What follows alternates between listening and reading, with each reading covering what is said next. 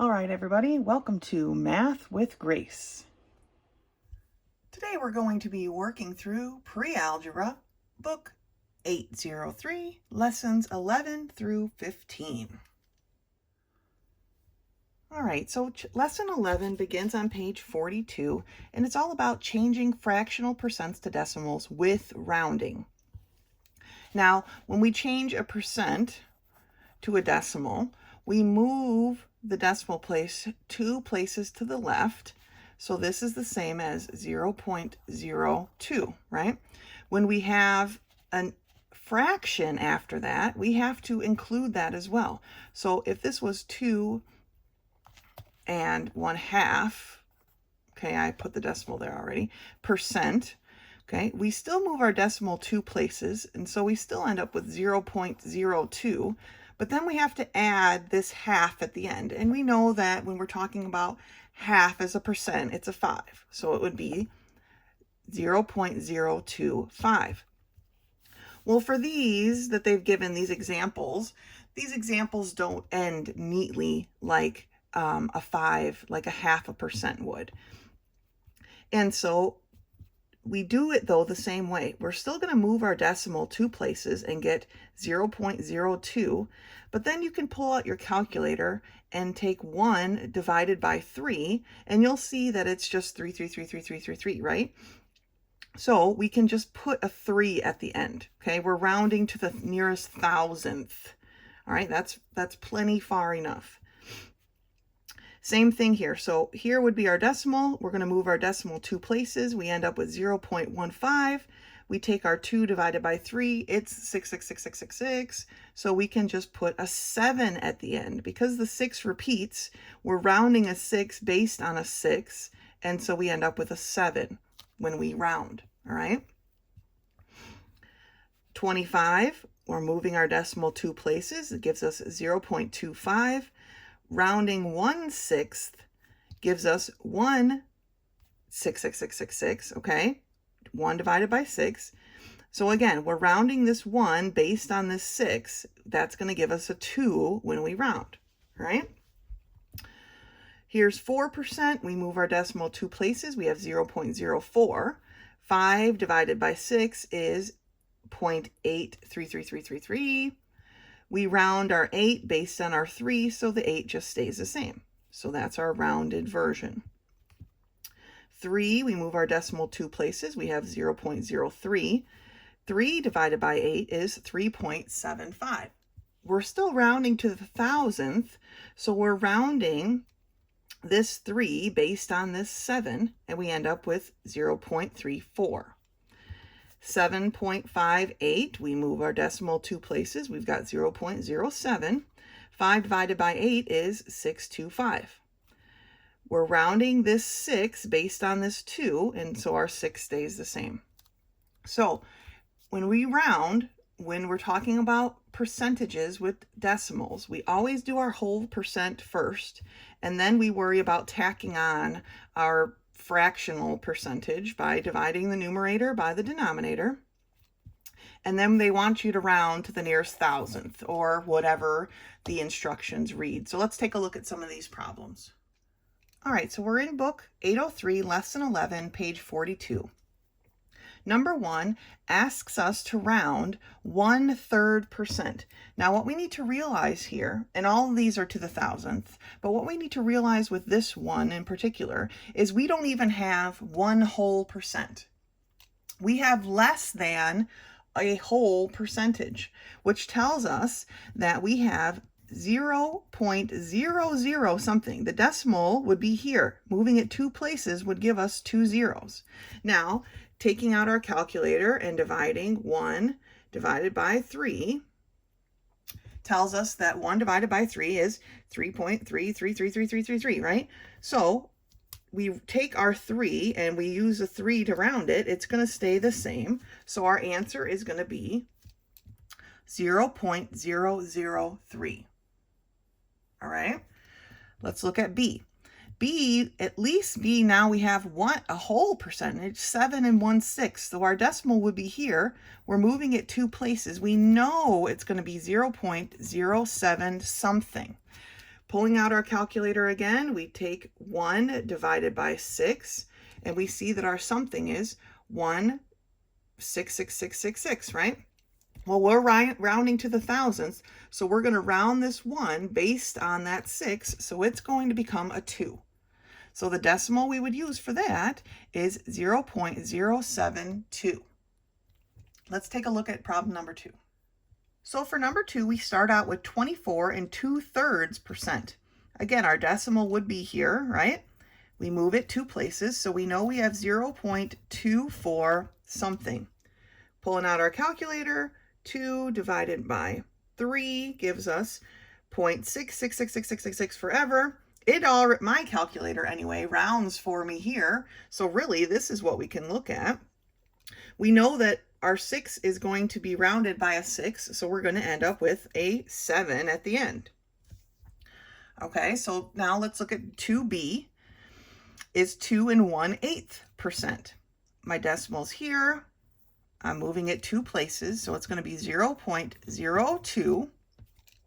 1 divided by 8 equals 1.25. So I'm going to take the 1, but I need to round it based on a 2, but the 2 is not going to change it, so it's just going to be a 1. So my answer for that one is 0.021. Okay, so these are how we round to the thousandth for these problems. Now let's take a look at using these roundings in actual problems, equations, when we're trying to find out the percents of something. Let's look at problems 3 through 6. All right, so for number 3, the question reads, what is 1/3% of 180? Now, we've already figured out what 1/3% is as a decimal. They've done that for you as kind of like a gift, right? We already figured out the percentages. We don't have to, or the decimal equivalents. We don't have to do it again. But we need to set up this problem. This is a story problem, basically. And here's how we set it up. What is a variable we do not know? So we're going to put x. What? The word is means equals. What is 1/3%? Let's use our decimal equivalent, 0.003. The word of means multiplied. I'll use a dot here, but in most cases, I'll just draw 2 parentheses next to each other. But the word of means multiplied, and then 180. So what you're going to do with your calculator is you're going to put in your decimal times 180, and you're going to get 0.54. So 0.54 is 1/3% of 180. Looking at number 4, the question is, what is 24 2/3% of 130? Again, what is 24 2/3%? We're going to use the decimal equivalent. Remember, we can't use an actual percentage in an equation to figure out an answer. So 0.247 of, and I'm going to just put another set of parentheses. When they're next to each other, that represents multiplication, a little x, but I already have an x here, so I don't want to use another one, of 130. So again, you're going to put this into your calculator, 0.247 times 130, and you're going to see that it is 32.11. They don't ask you to round these answers. They only ask you to round these for these problems. So it's 32.11. Let's look at number 5. Number 5 reads, what is 7 1/6% of 240? So again, it's a story problem. It's represented like this. What is 7 1/6%? We figured out up here. So 0.072 of means multiplication, 240. Putting that into your calculator, you see that it equals 17.28. So 17.28 is 7 1/6% of 240. Let's look at number 6. All right, the last one reads, what is 2 1/8% of 565? So again, let's decipher this story problem. It is made up of what is 2 1/8%, which we discovered here as 0.021 of means multiplication 565. Go ahead and put that into your calculator, and you find out the answer is 11.865. So 2 1/8% of 565 is 11.865. Okay, so that's our lesson for today, or this lesson 11 for today. Remember, when we're changing our percentages to decimals, we have to move our decimal place 2 spots to the left and then figure out this fractional portion and tack it on to the end. Okay, then we can simply use those calculations in our story problems. What represents our variable is always an equal sign. Of is always multiplication. Now, eventually, they're going to start putting these in different orders. They're going to start asking you for the percentage, or they're going to give you two numbers, or a number and a percentage, but ask you what is, it's going to say 0.054 is 1/3% of what number. So that's not always going to be in this exact setup. They're going to start mixing it up on you, but you've got a good base here to move forward. Let's take a look at lesson 12. Lesson 12 starts on page 46, and it's all about simplifying expressions that include exponents. So far, we've been simplifying expressions that were simply a variable with no exponents and a constant, right? Well, now they're going to start throwing us variables with exponents, and we have to remember that we can only combine like exponents, like variables with like exponents. So we can combine this x squared with this x squared, and we can combine this x to the third with this x to the third, and then our constant with our constant, okay? But we cannot combine an x squared and an x to the third. They are not like terms. So when we're combining these, what they did was they regrouped it by like terms, and then they simplified them. You can group them like we've been doing by marking them here and then simplifying them. However you're comfortable grouping these together so that you know what belongs with what, you continue to do that. All right, let's take a look at some of these problems. All right, so we're in book 3, lesson 12, page 47. Problem 1A is done for you. I'm not going to bother doing it again, but let's take a look at 1B. So I'm going to mark all of my terms, right? Here I have an a squared, so I'm going to underline it. Here I have an a squared. Don't forget that the signs in front belong to the term. That's what makes a term a term. Here's another a squared. Then I have a constant and a constant, okay? So I'm going to deal with my a squareds first. We always put the term with the largest number of exponents first, and then so on. We go in descending order. So a squared has the largest number of exponents. We'll go there first. So we have 9 minus 2, which is 7, minus 4, which is 3. So we have 3a squared. 7 plus 3 is 10. So our answer for part B is 3a squared plus 10. Let's take a look at number 2. Looking at 2a, we see that we have some squareds and we have a cubed. I'm going to underline my cube first. Like I said, it's the largest exponent. Then I'm going to go over my squareds. I've got a 2c squared and a negative 8c squared. And then I've got a constant over here at the 14. So I only have one c to the third power, so it doesn't change, 3c cubed. But now I need to combine my 2c squareds, right? I've got a 2c squared minus 8c squared. So 2 minus 8 gives me a negative 6c squared. My constant's all by itself, so I just tack it on to the end, plus 14. So my answer here is 3c cubed minus 6c squared plus 14. Taking a look at B, I've got a whole bunch of stuff, right? But my largest exponent is this x to the 4th. So I'm going to underline my x to the 4th powers. I've got a negative 8, a negative 3, and a positive 4. Next would be x to the third. I have one right here. So I'm going to overline my x to the third. Then I have a couple of x squared. So I can put a box around those. And then I have one constant all the way there at the end. So let's start with our underlines, which is our x to the fourths. We've got -8 minus 3. So we've gone down 8 and down 3 more, gives us a -11. -11 plus 4 gives me a -7. So we have -7x to the fourth. This x to the third does not have anything to combine with, so it's a +7x to the third. I've got 2x squared, so that gives me a +3x squared. And then my constant at the end, which is -3. So I have -7x to the fourth plus 7x to the third plus 3x squared minus 3. That's our answer for part B.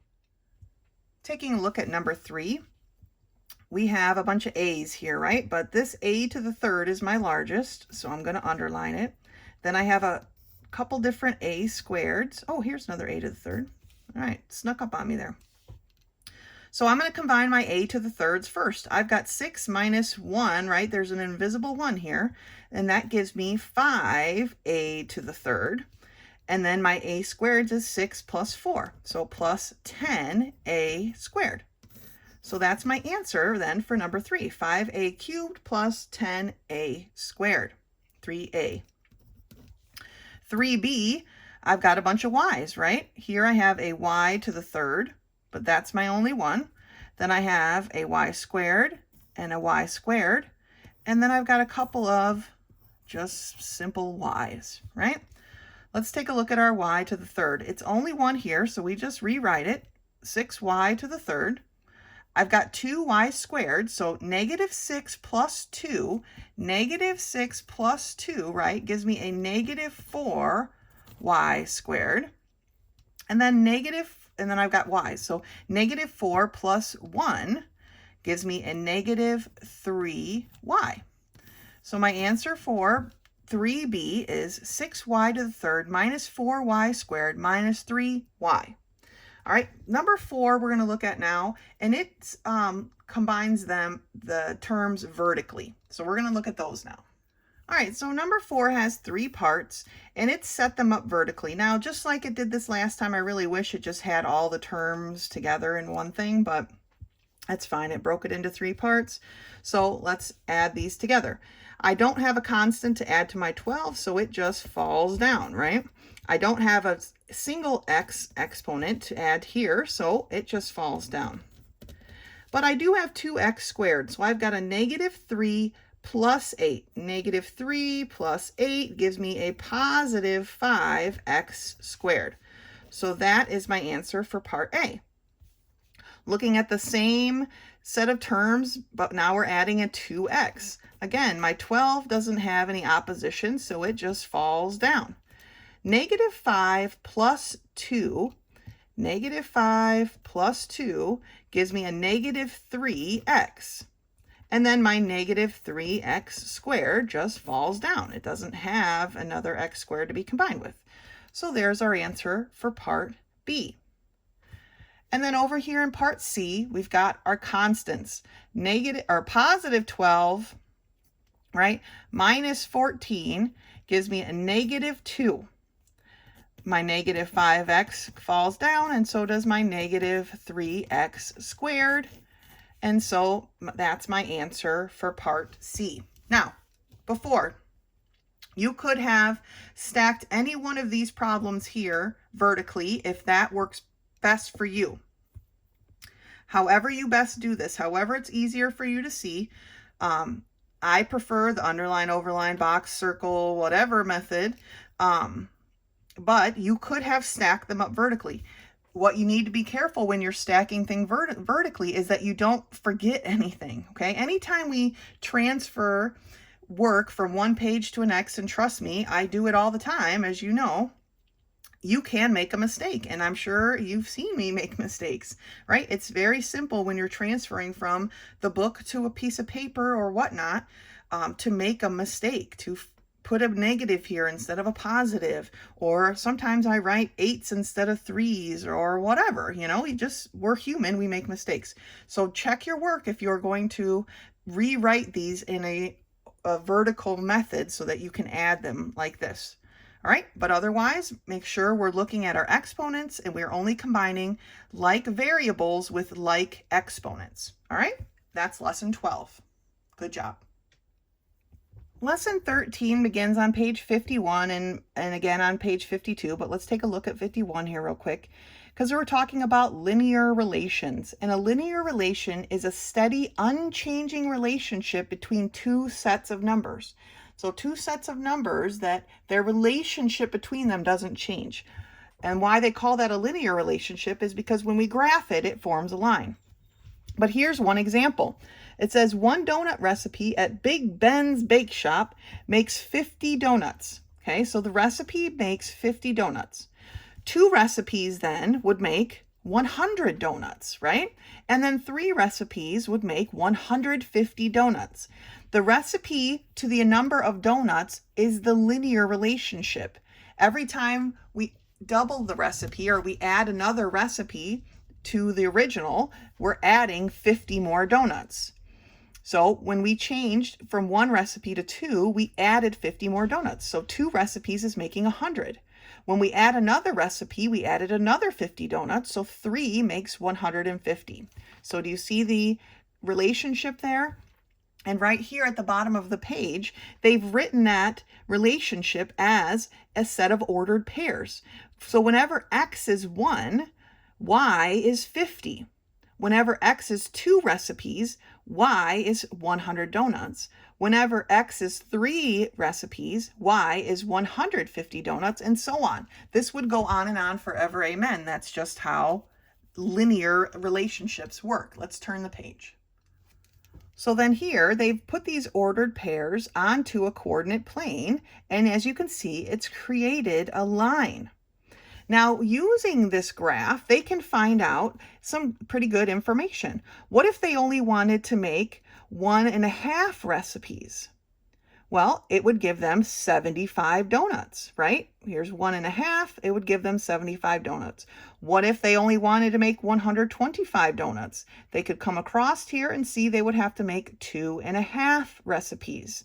So the fact that these have a linear relationship, they could graph them, and then, I mean, obviously you could still do the math without the line, but the line helps represent that information. So let's take a look at the problem that they have for us. All right, so lesson 13, page 52, we're going to look at number 1 through 3. Since I've already done this in my book, I went ahead and got a piece of graph paper and I reset up the graph. Now mine obviously is much larger than the one they give you in the book, only because my grid space is larger. But using the one in the book is fine. You're going to come up with the same answers, or you should anyway. Number 1 tells us that Alpine Lace Swiss cheese costs $7 per pound. So 1 pound costs $7. So how much is 2 pounds? Well, 2 pounds is 2 sevens, or $14. And what about 3 pounds? Well, 3 pounds is 3 sevens, or $21. Now they want you to plot these lines on your chart there on your page, and then find out, according to the graph, how much it would cost for 1.5 pounds of cheese. So with these being our coordinate planes, 1, 7, 2, 14, and 3, 21, this is how we're going to graph our points. So when x is 1, y is 7. So I'm going to go up to 7. 1, 2, 3, 4, 5, 6, 7. And I put a dot. When x is 2, y is 14. 14, if I follow my 2 line way up here, is right here. Okay? And when x is 3, y is 21. So following my 3 up to my 21. Okay, so I've put a point at each of my coordinates. Did I get my 3 correct? Yeah, I did. Okay, sorry. Now you get out your handy ruler and you connect your points, right? That's the whole point, is that they're going to make a line. Oops, I messed up my line at the bottom there. All right, they're going to make a line. Continues like right about that. So here is the line that they've made. Now, for number 2, they want us to say, according to this graph, how much is 1.5 pounds? Well, here's our half pound spot, right? If we follow this up here, we'll see that 1.5 pounds falls right about here. This is 9. This would be 10, but it's between $10 and $11, right? So it's $10.50, right? It's about halfway in between. Number 3 asks us, you could buy almost how many pounds for $27? Now, I didn't create my chart to go all the way up to 27, but I could here, if I went like this up here to 27, right? If your line kept going, where about would it cross here when it gets to 27? That's why it says almost. You could get almost 4 pounds. And you could do the math, right? What is 4 sevens? Well, 4 sevens is $28. So yes, you could get almost 4 pounds for $27. Okay, so here's how we set up our linear relations. First, we have our chart, right? 1 pound was $7, therefore 2 pounds was $14, therefore 3 pounds was $21. Just like with the cookies, 1 recipe made 50, 2 recipes made 100, 3 recipes made 150. Those become our ordered pairs, okay? The ordered pairs represent a spot on our line. We graph them on our chart, okay, or graph paper, whatever you have handy, and then we connect our line. And we can use that line then to find the odd marks. What if we only wanted to get a half pound? How much would that cost? Okay, it would be about $4, right? We can use that information that we might make on our chart, we find on our chart, to answer the questions that they give us. Okay, so that's linear relations. Lesson 14 starts on page 56. And now we're talking about rational and irrational numbers. And as you can see, I highlighted a lot of this because a lot of this information is important. Rational numbers are any number that can be written as a fraction. So anytime a number can be written as a fraction, 1/2, 2/3, those are rational numbers. And rational numbers include all integers, which would be 1 or -1, all mixed numbers, so 1 and 1/2, okay, and all terminating decimals. So a decimal that comes out evenly, like 0.625, it ends there, it does not continue. All right, and all mixed decimals, since they can be written as fractions. Repeating decimals, so when we see a 0.333333 that repeats, that is considered a rational number. Now, irrational numbers are different. They're any number that has no fractional or decimal equivalent. Quotients whose decimals never end and never repeat. Okay, these repeating ones don't end, right? Because they just repeat. They're the same thing over and over, but they're considered rational. Irrational numbers, they go on and on forever, amen, but never repeat. They've given you an example here of pi, okay? 3.14, and it just goes on and on and on and on and on. It never repeats. There is no pattern here. They've studied it and studied it and studied it. There is no pattern, okay? So never ending, never repeating patterns, they are irrational numbers. And it says irrational numbers include pi and the square root of any number that is not a perfect square. Okay? Irrational means that the number cannot be written as a ratio. This is considered a ratio. Okay? So it's a number that cannot be written as a ratio. So, like taking a look at problems number 1 and 2, they've given you some numbers here and they want you to write whether it's rational or irrational. So 1a, 3/16. Well, it's written as a fraction, right? So we know that that is a rational number. And I'm just going to write rat or ear because that's how lazy I am. B gives us the number 0.6 with a repeating 6. Okay, remember, repeating numbers are rational. So again, this is a rat. Here we have the square root of 2. Well, we just read that any square root of a number that's not a perfect square. Okay, so this would be an irrational number. Pi, we also just read, was an irrational number. 5.6 is a terminating decimal. Terminating decimals are rational. And 90/24, again, that is a ratio or a quotient or a fraction. Those all mean the same thing. And so it is a rational number. So we need to learn the difference between a rational number and an irrational number, and then we can satisfy these questions. So make a note, underline, use a highlighter like I did if you want, the different ways a number can be rational or irrational. And that's it for lesson 14. It's a quick one. Good job. So lesson 15 starts on page 60, and it's not really a lesson. Basically, all they're giving you here is a couple of lists. And then they want you to answer some questions based on the list. I'm not going to go through any of the homework problems for this lesson, just because the basis of it was lesson 14, and then being able to read a chart, which I think you can handle. But basically what they're giving us are perfect squares and irrational square roots. So here is a list of perfect squares, right? The square root of 225 is 15, therefore 15 squared is 225. Remember, square root and squaring things are opposites of each other. Okay? Square root of 196 is 14, therefore the 14 squared is 196. So they've given you this list between 0 and 15 of squares and their square roots. All right. It's a very handy list to know. Some of these you should already know. You know, you should know what the square of 5 is and the square root of 25. You should know what the square root of 100 is.